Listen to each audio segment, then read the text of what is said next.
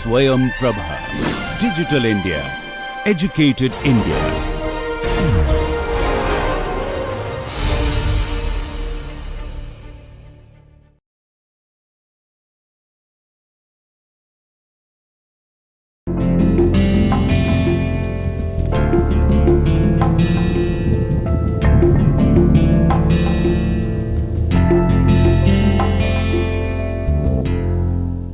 Welcome to NPTEL's course on communication skills. We are now on module number 11, lecture number 2, particularly on cross-cultural communication. This is also called as intercultural communication. So, we are now on cross-cultural communication or intercultural communication. In the previous lecture, already I talked to you about some of the basic definition of inter and cross-cultural communication. Followed by that, I also discussed about the necessity of cross-cultural communication, why we need to know this, why we need to know some of the strategies in which we can communicate with people from other culture. So, that has been discussed, and then I also talked about some of the very important benefits of cross-cultural communication. Now, in this lecture, we will just look at that in a detailed manner, and then we will just try to see what kind of conflicts will arise in cross-cultural communication. So, conflicts in cross-cultural communication is something that is inevitable. Conflicts will be there, but we should also learn how to minimize the conflicts. So, in order to know how to minimize the conflicts, we need to learn how to overcome some of the barriers which actually cause the conflicts. Now, in this lecture, we will be slowly moving towards minimizing that. I will be giving tips then and there, but I will tell you how it will come, and then we will also look at some theoretic models, particularly one model propounded on contextual model of communication, in which culture is based at the center. Now, we will start once again with the aspect of people and movement. You know that man is a social animal and man is gregarious by nature, which means that man tends to talk to others, man tends to socialize, man tends to move from one place to another. In fact, this tendency to be nomadic, to behave like a gypsy, is there in all of us. The quest to search for something that is not there in one's own land and then seek something new, it is always there. Now, today this has become much more specific, much more focused in terms of globalization. The thing such as job that was pertaining to a particular region has now become something that is universal, something that is available everywhere, anywhere, and something that is global. Now, what has happened because of this is that the distance between the different parts of the world, that difference, that is now shrinking. Now, since that is shrinking, the movement of the people have become much more than before. This happens due to job. People get various job opportunities from different parts of the world, so people keep moving. This also happens because of higher educational opportunities. So, today somebody does not get fellowship in India, it does not matter, one can get in Denmark, one can get in Swiss, one can get in US, one can get in UK. So, why would one worry about one particular place and restrict one's opportunity to grow higher, better? So, one moves ahead in terms of educational opportunities. One also just goes to other places just for fun. So, you know, one of the aims of education is just to experience the world, apart from knowing things in a bookish manner. The general belief is that after knowing something through books, you should also go out to the world, experience yourself, confront the realities as it is. Now, people also move for fun, they also move just for entertainment, they just want to pass their time. People move on vacations, people create holidays and then move to different places. They go spending lot of money even on the mode in which they travel. They spend lot of things on cruise ships and all that. Fine. My general point is people keep moving today for various reasons. Now, when they do this on the one hand, on the other hand, there are a lot of challenges, particularly the challenge to adapt to your new culture. Whether you are going there for a short period of time or going there for a long period of time, the challenge is there. One has to adapt to that new culture. Remember, culture is communication and communication is culture. If you really want the communication to be effective, you have to adapt to that culture. Now, what are the challenges once you accept the fact that you will adapt? Now, one thing is one has to develop the ability to understand people in new surroundings. Ability to understand people in new surroundings. It's easy to understand people in our own surroundings, the surrounding that we are quite used to, the place where we are born and brought up. But it's not that easy to understand people in a different surrounding.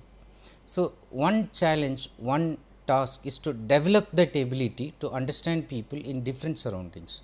Then, another one which is universal, which is there in all the people, is to develop this ability to express oneself appropriately and fully, which means human beings, as I said, are gregarious in nature and they want to communicate.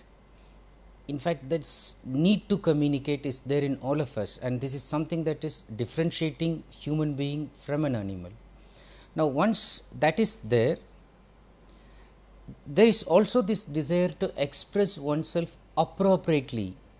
So, you do not want to cut a sorry figure when you go to some other culture and you said something which offended others, or you said something which sounded very funny and people started laughing at you. So, appropriateness is speaking according to the decorum, what is expected. So, knowing that, be aware of that, is something that cross-cultural communication can teach. Apart from that, I also said not just expressing oneself appropriately, but also fully. What do I mean by this? Most of the times when we are controlled by our own culture and when we interact in a cross-cultural situation, we suppress certain aspect of us. We are not able to express that fully. Maybe one aspect of emotion that is in us is not there in the other culture. Certain aspect of thinking that is in us is not there in the other one. We are not able to express, or we are not able to realize the ways in which we can express ourselves fully. So, now these are the challenges on the one hand, and on the other hand, people keep moving, people keep interacting in cross-cultural situations. Now, how are we going to overcome this, and what are some of the basic barriers which one we will come across before we get into some theories? Now, one barrier is language, and before just I go to language, look at a situation like this. So, somebody is performing and then there are people around them from various cultures. The dress, the behavior, the way they stand, it is indicating that each one is emulating a culture that they are coming from. So, the difficulties faced by people while communicating cross-culturally are the ones which actually occur because they are carrying some of those cultural imprints in their communication wherever they are going. So, one difficulty, as I was just telling, is the one that is based because of language. Language barrier, even if the person is highly efficient, proficient in one's own language, unless the other person has equal competence in the language where he is interacting with the other cultural people, it is very difficult to overcome this barrier. Now, once we are in a cross-cultural situation, we are obviously in different language groups. There may be this lingua franca, there is a common medium of communication chosen as a particular language. You have one particular language to communicate with the whole group, it may be possible, but it may not be possible sometimes, then only non-verbal communication comes to your rescue. So, different languages are spoken by people from different cultures, and the absence of a translator can lead to conflicts. Now, even when I say translator, the translator has to be an expert. Suppose the translator is also not able to translate certain things from one culture to another, he may also lead to miscommunication. Now, assuming that the translator is an expert, there is good communication possible. Now, you cannot all the time presume that whenever you go interact in a group, there will be always a translator. That is also not possible, and practically also it is not feasible to have a translator with you unless you are a diplomat, unless you are very rich who can afford to a translator to be with you all the time. It is not possible. Now, in that case, obviously it will lead to barrier in communication because of language, and this leads to that barrier in cross cultural communication. You will also be surprised to know, apart from different languages, even it may be the same language. Let us say English. The same English spoken in UK, spoken in US, spoken in Australia, and in US spoken at different parts in the suburbs. The one that is spoken by surfers, the people who are surfing on the sea, and the one that is spoken by the people who are on bikes, bikers. Now, these languages have differences, especially they have different idioms to express certain feelings. Now, what happens, even when the language is same, there are differences in terms of dialectical variations. This means depending upon the user and depending upon the region, the language varies. Depending upon the user, so as I said, the bikers' language, the idioms are different from the ones used by surfers and so on. And the same way, depending upon the region, the central part of a country and then the extreme part of the country, the remote part of the country, there are variations to the same language. Now, if one learns a language, a dictionary oriented language where you learn it literally, this means this, there are certain things which even the dictionary has not recorded. So, this can again lead to barriers. So, same language, there could be dialectical variations, and then variation in pronunciation, again it is the same language.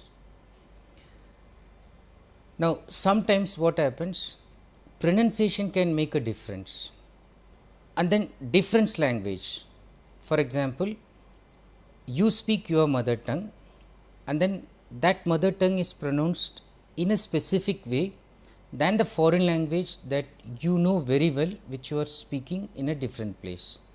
But then the pronunciation that you use in your mother tongue, and sometimes you are speaking before others in your mother tongue to somebody from your own place.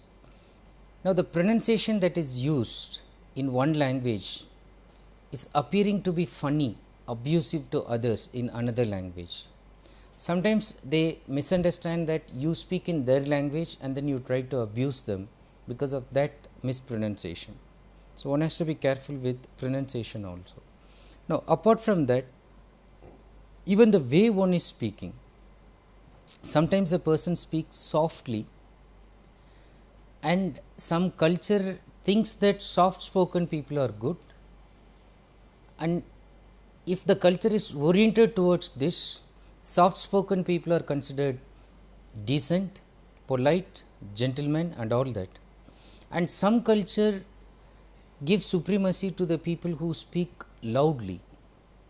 So, those people think that people who speak loud are bold, they are confident, they are manly, so they are able to bring forth their ideas forcefully and so on. So, even the way one is speaking culturally can give different meanings. So, one has to take note of this. Then speaking slower and faster. In some culture people speak very slowly, and in some culture people speak very fast. So, the person who speaks fast in a culture of people who speak slowly will be understood as somebody who is in a hurry, who wants to do things very fast, who is impatient, who is insensitive, and vice versa. Vice versa, in the sense the person who speaks very slow happens to be in the culture where the person is speaking very fast. The person who speaks slow is tend to appear monotonous, boring, again not being sensitive to the feelings of the audience who are there, who want this person to speak very fast. So, understand this, even in terms of language, whether you speak the same language or different language, it can cause barriers. So, awareness of this and then trying to empathize with the communicative cultural context will enhance your communication in a very effective manner. The conflict can also come in terms of personal space. I will talk at length. Right now I am just trying to give a kind of preview as what kind of conflict can come. Personal space, so people from higher population and people from lower population have different perceptions with regard to space. So, for instance, the people of higher population have lesser personal space. Okay, people in China, people in India. So, we are all used to giving less personal space. We do not mind to squeeze in a chair that is meant for 3. So, we do not mind 6 people sitting there, we will squeeze in, we will adjust.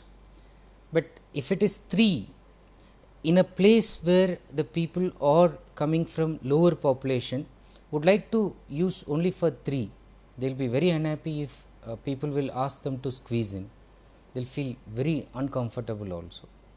So, these people of higher population have lesser personal space as compared to people who live at lower population density regions. Example again, American sense of personal space is more compared to Indians and Chinese. Americans will not like close proximity with strangers, whereas in case of India, for instance, even if a stranger is sitting next to us and very close, so we do not mind it as a big difference. And then if the stranger is just coming and trying to occupy our personal space, we are not that hesitant and reluctant, provided he gives a opening smile and all that. But even then, for an American, it will be slightly on the resistive side. The American would wonder why this stranger is coming and occupying my personal space without seeking my permission, without letting me allow this person to come into my private space. Why is he encroaching on this? Why is he violating my personal space? These are the apprehensions, questions that the person from a higher space, that is lower population place, is coming. Apart from this, that is language, space, food can be a very major barrier in terms of cross cultural communication, because food itself is a very integral part of culture. Let us look at the Indian context only, that itself will make us understand this very clearly. The eating habit in India, basically the eating habit in India is having 2 broad polar categorizations in terms of the vegetarian and non-vegetarian eating habits. So, you can understand very well the vegetarians and the non-vegetarians. Sometimes certain stereotypical thinking goes along with this. So, the vegetarians have lot of prejudices against the non-vegetarians and vice versa. So, what happens in India, and especially in a place where the majority of the people happen to be vegetarians, there is a tendency to develop hatred, ill will, animosity for the non-vegetarians. Now, once that is developed, once that is given culturally, it goes to the next level of resentment. They resent those people who are non-vegetarians and they find it difficult to work with them, especially in the workplace. Now, I keep telling you that if you want to become a good communicator, you have to be a professional and you have to show that you rise above personal prejudices, personal emotions, personal ill will, personal biases, etc. But this food habit that is embedded in the culture, embedded in the blood system, can act as a barrier.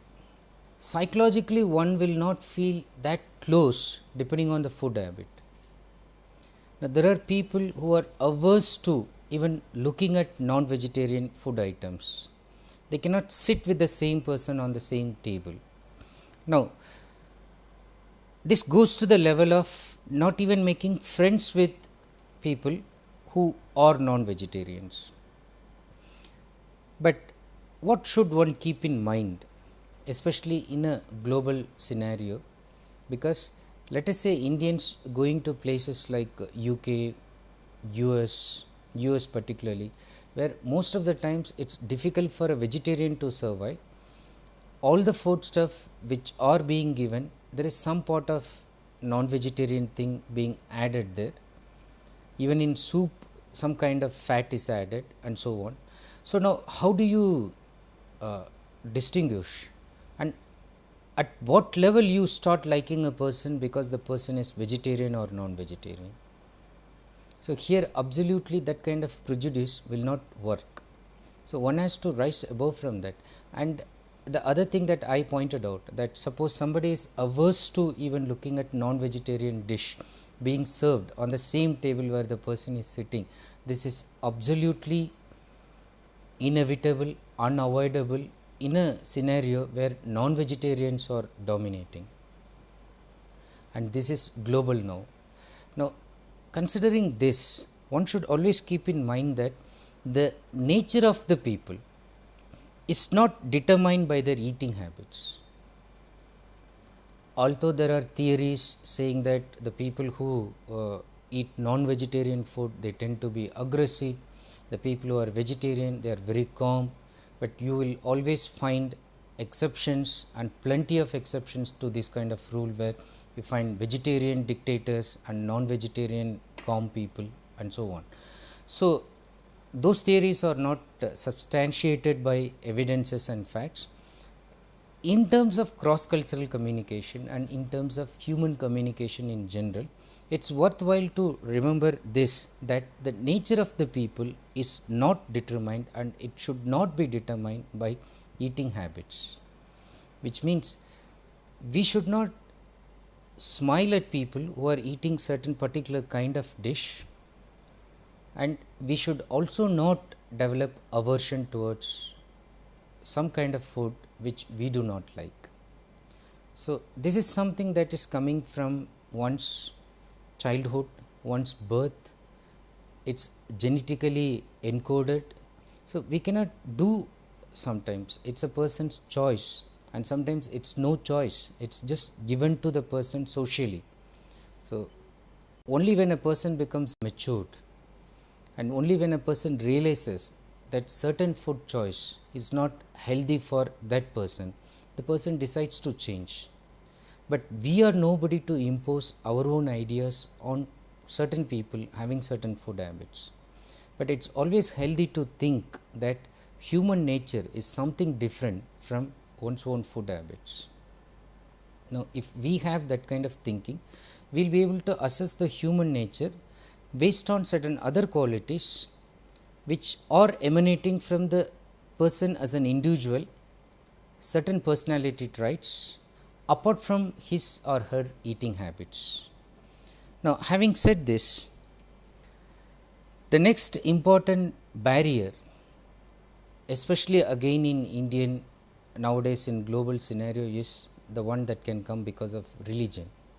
Again, look at the difference in the religion that is prevailing in our own country, in India. Every part of India, if you go, there is a new way of worshipping.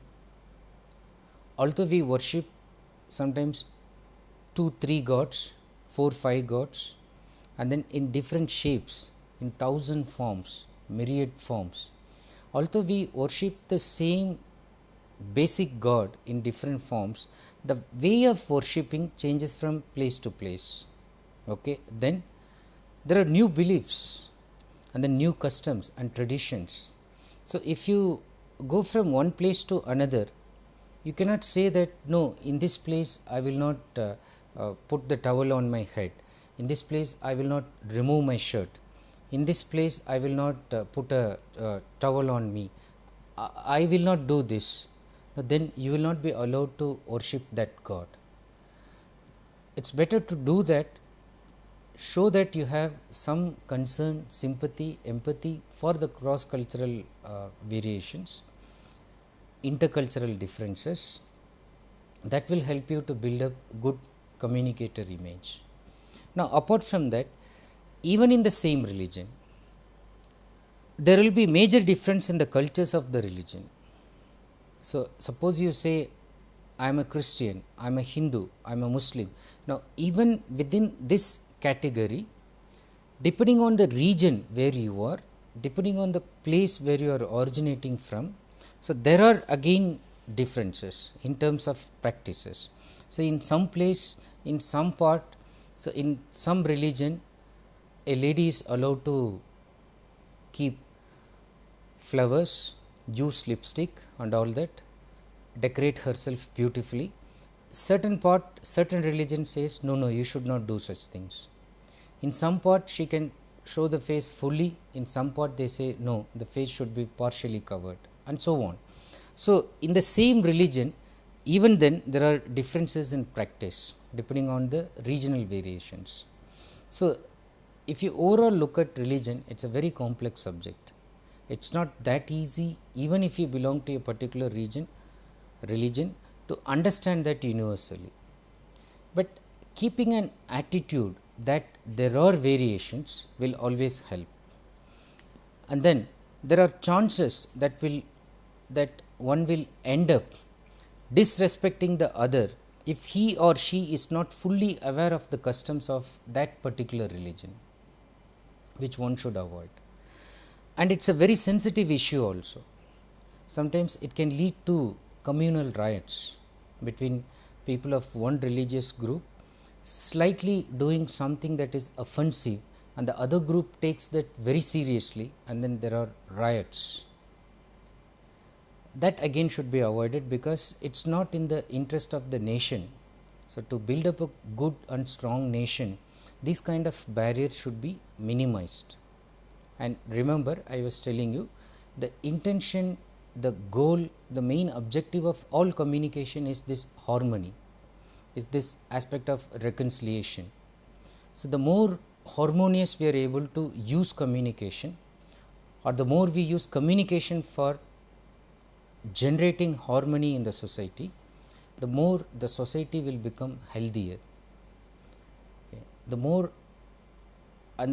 the society becomes healthier, the people living in the society will become happier.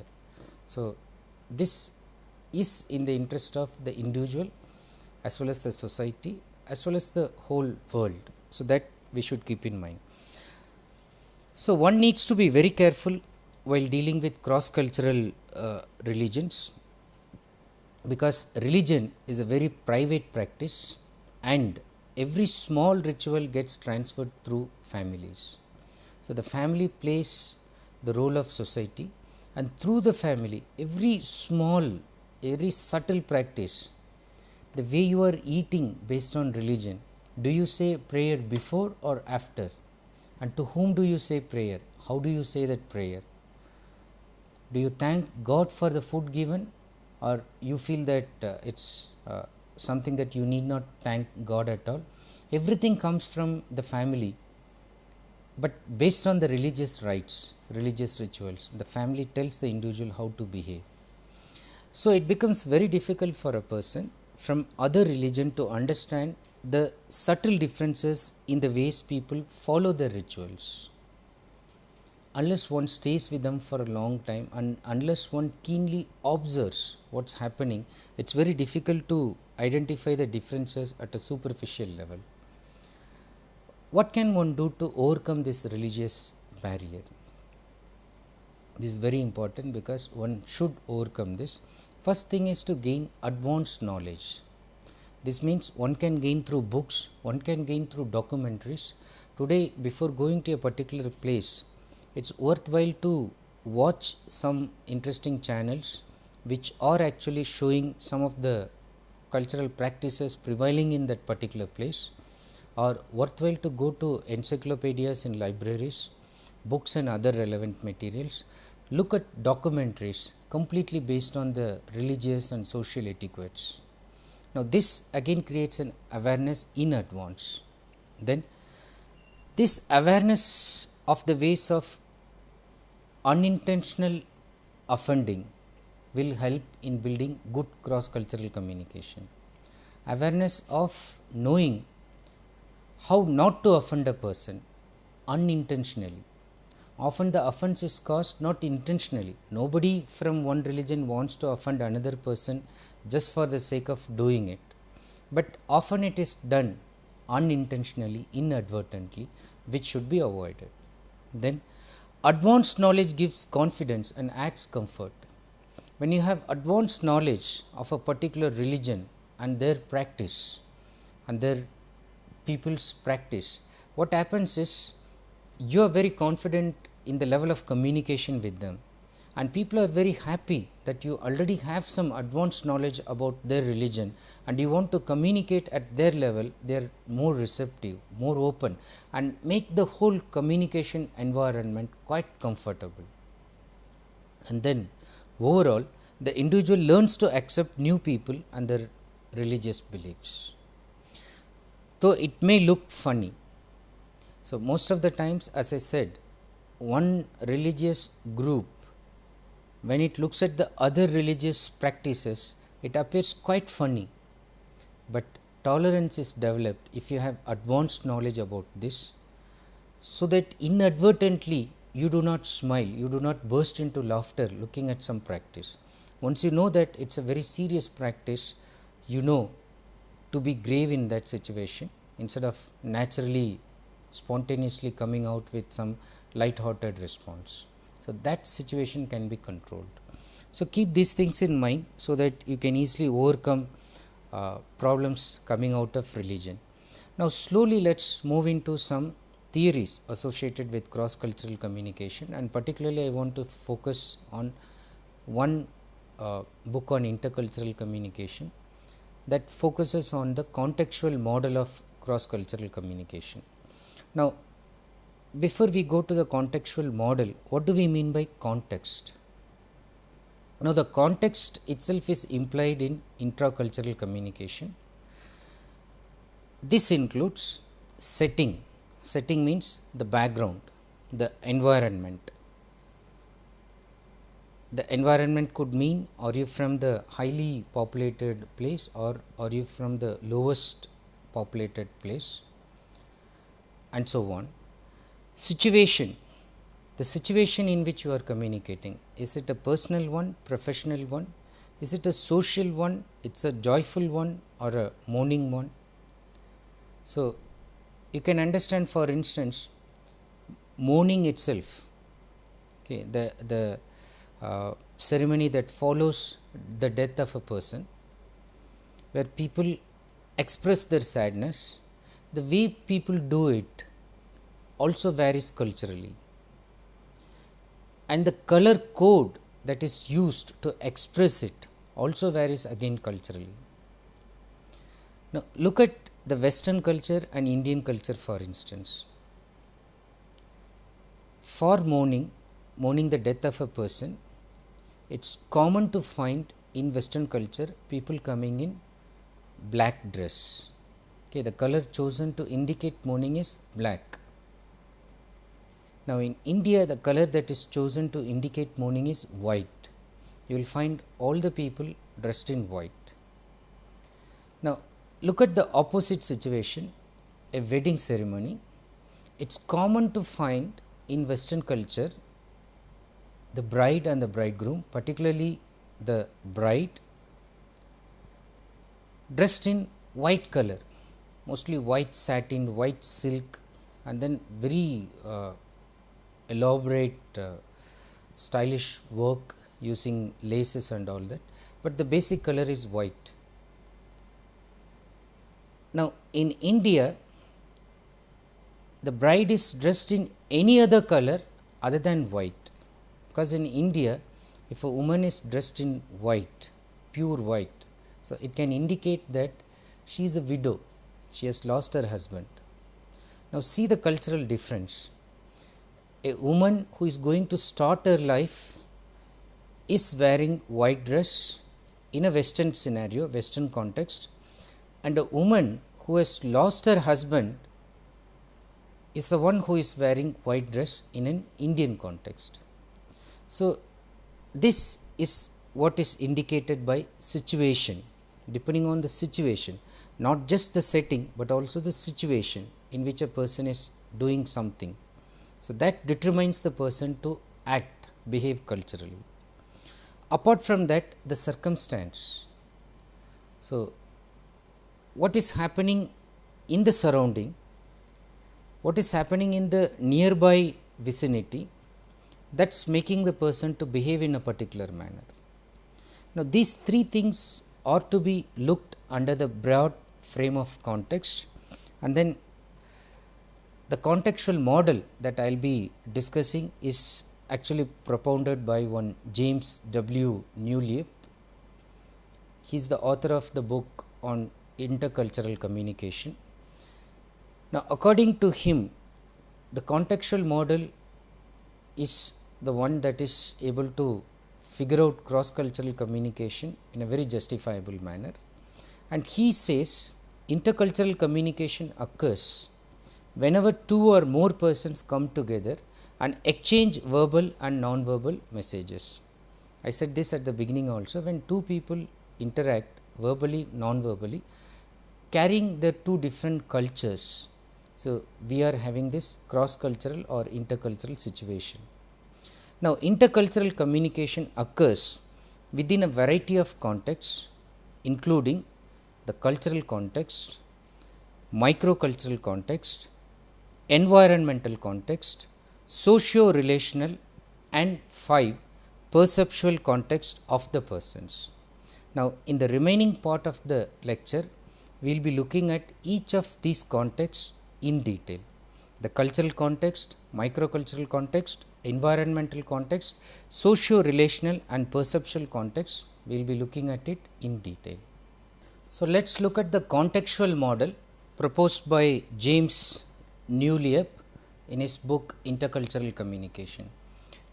This is what he is suggesting, a contextual model of intercultural communication. Now, cultural context is at the outermost side, but it is permeating everywhere.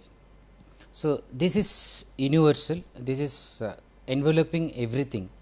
Now, the next level within it, we have the microcultural context.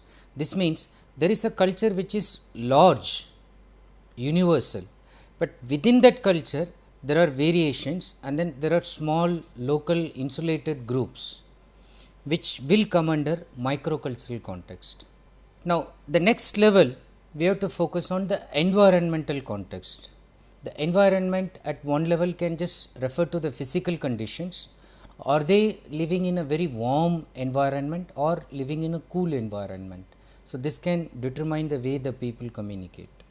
Now, once you understand these three contexts, we know that towards it is moving towards the socio-relational context, which is where communication itself is located, but this is again controlled and governed by perceptual context of a person from culture A with perceptual context of person from culture B.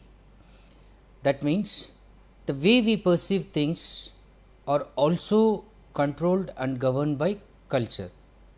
So, the way one person perceives certain things may be as positive, may not be the same thing another person perceives, and he may perceive that as negative.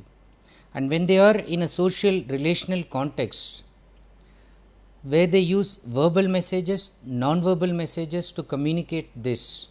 So, one has to understand these variations. So, at the outside we have cultural context, lower level microcultural, and then environmental context. Within everything, at the center is the socio-relational context. The whole context in which communication is built up, the messages are sent verbally or non-verbally, but it is also controlled and governed by perceptual concepts emanating from culture A and culture B. Now, this is the blueprint. Now, let us get into the details. Let us look at the aspect one by one. Let us look at the cultural context. Now, culture provides an overall framework for humans to organize their thoughts, emotions and behaviors in relation to their environment. So, culture is providing an overall framework for humans to organize their thoughts. This means even when I am thinking, I am conditioned by my own culture and it is helping in my thinking. Emotions, I am feeling a certain thing at a certain way, I am responding joyously, I am responding sorrowfully because of certain cultural imprints in me and behaviors in relation to the environment. Now, although people are born into culture, as I said, culture is sometimes it is not coming as per our choice, it is not a choice that is given. So, we are just born into a culture, but although that is a fact, culture is not innate, culture is learnt. This means, although we tend to think that culture could be genetically coded, the real fact is that it is not innate, it is not coming as something that is inborn, but it is something that is learnt, something that is practiced through family customs, something that is learned through traditions, something that is learned through social interactions and all that. So, people tell, do not do like this, do not point your fingers at others, this is not good in our culture. You have to bow before the elders, this is in our culture. You have to shake hand when you are receiving somebody, this is in our culture, and so on. So, this is just something that is given socially, culturally, and this is learnt. It is not innate, it is not inborn. Then, culture also teaches one as how to think. It conditions one how to feel and instructs one how to act. So, this is what I said, it makes one think, it makes one feel and it makes one express that in the form of behavior, act, and more than that, interact and communicate with others. Not just one is expressing culture through one's behavior, but also it is used in the interaction and communication with others. So, cultural influence is there all the time, everywhere, anytime we are communicating. The influence of culture on human interaction is again paradoxical. What do we mean by paradoxical? It seems to be ridiculous at the outset, because maybe two contradictory elements are put together, but it turns out to have a very valid inner meaning. Now, what is the paradox? The paradox is this: when people conduct their daily lives, most of them are unaware of their culture. That means, the way we greet somebody, the way we respect our teachers, respect our elders, the way we eat, the way we dress, although it is culturally given, we are unaware of it, but culture influences their every thought, feeling and action. So, this is the paradoxical thing. We do not do certain things intentionally, we do not think certain things and do it, we do it unaware of the fact that we are doing it, but paradoxically the culture has already influenced that every thought, every feeling and every action. So, this is the paradoxical situation about the influence of culture. Edward Hall says that culture hides more than it reveals from its own members. Culture hides more than it reveals from its own members. This means culture is hiding, making certain things implicit, unknown to its own members, to the people who are practicing it, rather than revealing every time, hey, this is culture, this is cultural aspect. It doesn't tell it, it doesn't say it aloud, but it's implicit in all the action, interaction and behavior expression. According to Roger Keesing, culture provides people with an implicit theory about how to behave and how to interpret the behavior of others. This means I have a theory in my mind that's already embedded through culture. When I speak, I use the theory. When I interpret the speech, the communication of others, then also I use the theory. So, this theory is implicit in the form of culture and I use to interact with others. Now, these implicit theories are learnt through socialization. Thought socialization individuals learn the dominant values of their particular culture and their self identities, that is using social patterning of communication, using socialization. Through socialization, individuals learn the dominant values, what are the prevalent values, important values of their particular culture and their own identities. People even learn from that.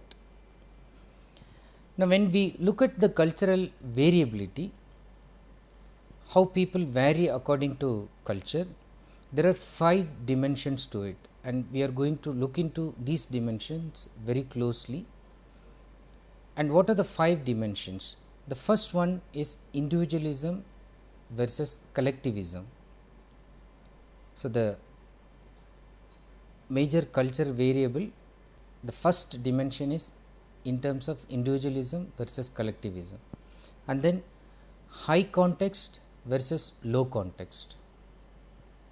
Third, value orientations, and 4, power distance. 5, uncertainty avoidance. I am going to explain all these things, illustrate with some examples, then it becomes easy to you. Now, first let us look at individualism and collectivism. Now, individualism, as you can understand from the word itself, is a culture in which individuals are given importance, supremacy. Individual rights are given more importance, individual goals are of superior concern. Collectivism, the goals itself are set in a collective manner and individuals are expected to sacrifice their own selfish needs in favor of the collective goals. So, the whole nation is moving towards collective interests. So, individualism versus collectivism. Now, when I say this, they are not polar opposites and you cannot say that this culture is individual or practices individualism and this culture practices only collectivism, which is incorrect. This culture practices, you can say, high level of individualism and this practices high level of collectivism. Then we should also understand that there are certain cultures like the Norwegians, they possess both tendencies, which means they respect individual growth, but also they do not want the individual to go out of the collective context. They try to balance the individual goals with the collective goals. So, we need to understand that there is no culture which is exclusively individual or exclusively collective on the one hand. On the other hand, there are cultures which balance both, and then there are generally cultures which are high in any of these aspects, low in one of these aspects. And then another important point that we need to know is that no culture will remain forever as highly individualistic or highly collective, which means the culture that is known for its collectivism will be slowly moving towards individualism and vice versa. So, after a period of time, there will be this cyclical change. So, at one particular point when you look at it, then we will be able to say this is more on the higher side of individualism and this culture is more on the higher side of collectivism and so on. Now, how do we differentiate these two cultures? Individualistic cultures is one in which the individual is emotionally disconnected from in-groups such as family. So, the family is an in-group of the culture, the society. Now, the individual is emotionally disconnected from this in individualistic culture, which means the individual cannot be emotionally blackmailed in terms of family. It cannot see what will happen to our family reputation. So, who will take the blame? The family takes the blame. No, the individual is apart from all these things. So, in that sense he is or she is emotionally disconnected, especially in terms of the choice one makes in terms of marriage. Individualistic culture lets the individual decide his or her own partner.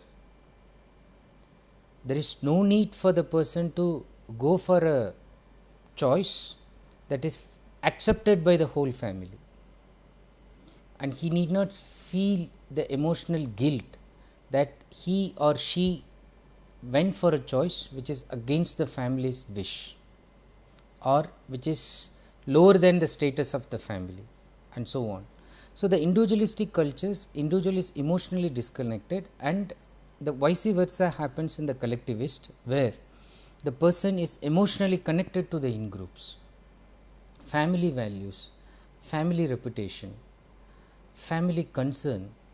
These are the ones the individual is supposed to keep very high in his esteem, and the decision making is based on these aspects. Now, in individual culture, people are taught to be creative. In collective one, people are taught to be conformist. Don't do things on your own, now follow the norm. In individual culture, people are supposed to learn self-reliance, to rely on oneself. The collectivist, the person is made to cohere with the family. When there is a problem, come back to the family, come back to the social network, and there is a solution waiting for you. You don't rely on yourself, you leave it to the elders, leave it to the society. So, in the individual culture, people are taught to be competitive. Individual competence is highly nurtured. People are prized, rewarded depending on their individual level of competence. Now, in collective culture, people think that the group, the society, the nation as a whole should progress. Now, in the individual one, the person is taught to be assertive. In the collective one, the person is taught to be cohesive with the group. Be meek, be humble, don't be assertive, because assertiveness can lead to aggression. So, when I say this, you need not form an impression that, oh, individual is good or collective is good.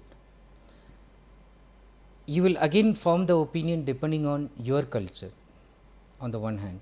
On the other hand, the point I am trying to make is neither individual nor collective is good or bad as it is.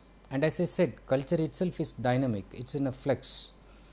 At one time it is individual, it can become collective at another time. And then in the same cultural scenario prevailing in the nation, different organization, different institutions can practice individual or collective cultures, which means in the overall framework, cultural context, you may see individualism or collectivism at large. But in the microcultural context, there may be difference. The group may have a difference and so on.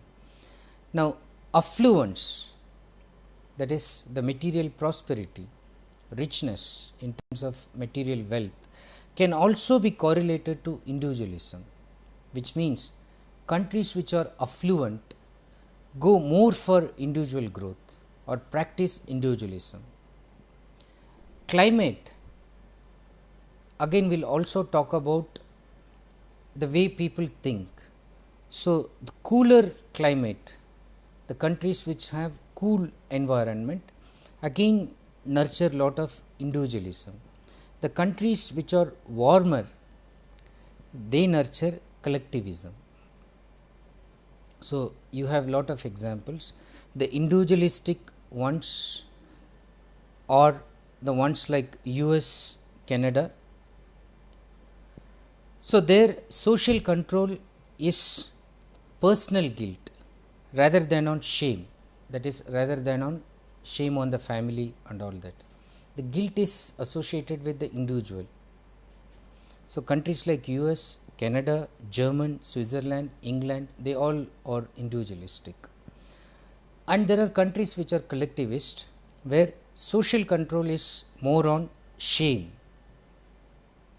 that is public humiliation in public.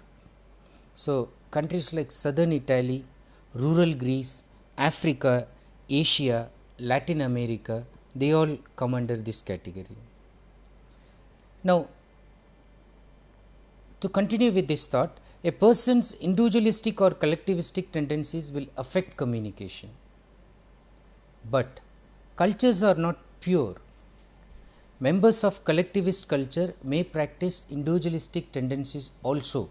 That is what I said. At the cultural level, it may appear to be by and large following one, but at the microcultural level, the members may tend to change. Then, according to the level, we may also refer to persons as idiocentric, that is individual centric, or allocentric, that is collective centric. We can also make this category. Now, one important aspect of this is that individuals are taught to compete when they are idiocentric, and the collectivist learns to cooperate. So, when you compete, you want to be one up than the rest of the people. When you tend to cooperate, you want the others also to be with you. You give a hand, helping hand, you move as a group together. Now, in the US, if you look at some of the proverbs, the proverbs themselves will indicate whether the culture is collectivist or individualist. So, in the US, we have proverbs like the squeaky wheel gets the grease. That means, if you are individual, you are noticed. In Japan, the tallest nail gets hammered down. So, if you outgrow the collective, then you will be pulled down. As I said, there are advantages and disadvantages in both aspects of this culture, individual and collectivist. So, we should not jump into conclusions that one is better than another, and neither approach is better than the other, because they are simply different orientations. The goal is to recognize and understand the differences so as to increase one's cultural competence. We talked about communicative competence, like that now we are talking about cultural competence. If you know these things, if you know that I come from an individualistic culture, but my job is in a collectivist scenario, so I am moving from this to that, so I should learn to respect the group sentiments when I am there in that scenario. So, that is enhancing one's cultural competence. Now, keep thinking about this. We have just started with the cultural context, and then particularly I focused on individualism and collectivism, and in the next lecture I will go on with the other dimensions, and slightly I will elaborate this in the next lecture, and then I will discuss the remaining dimensions of this cultural context. Thank you so much for being patiently attending to this lecture, and keep revising this till we meet on the next lecture. Bye.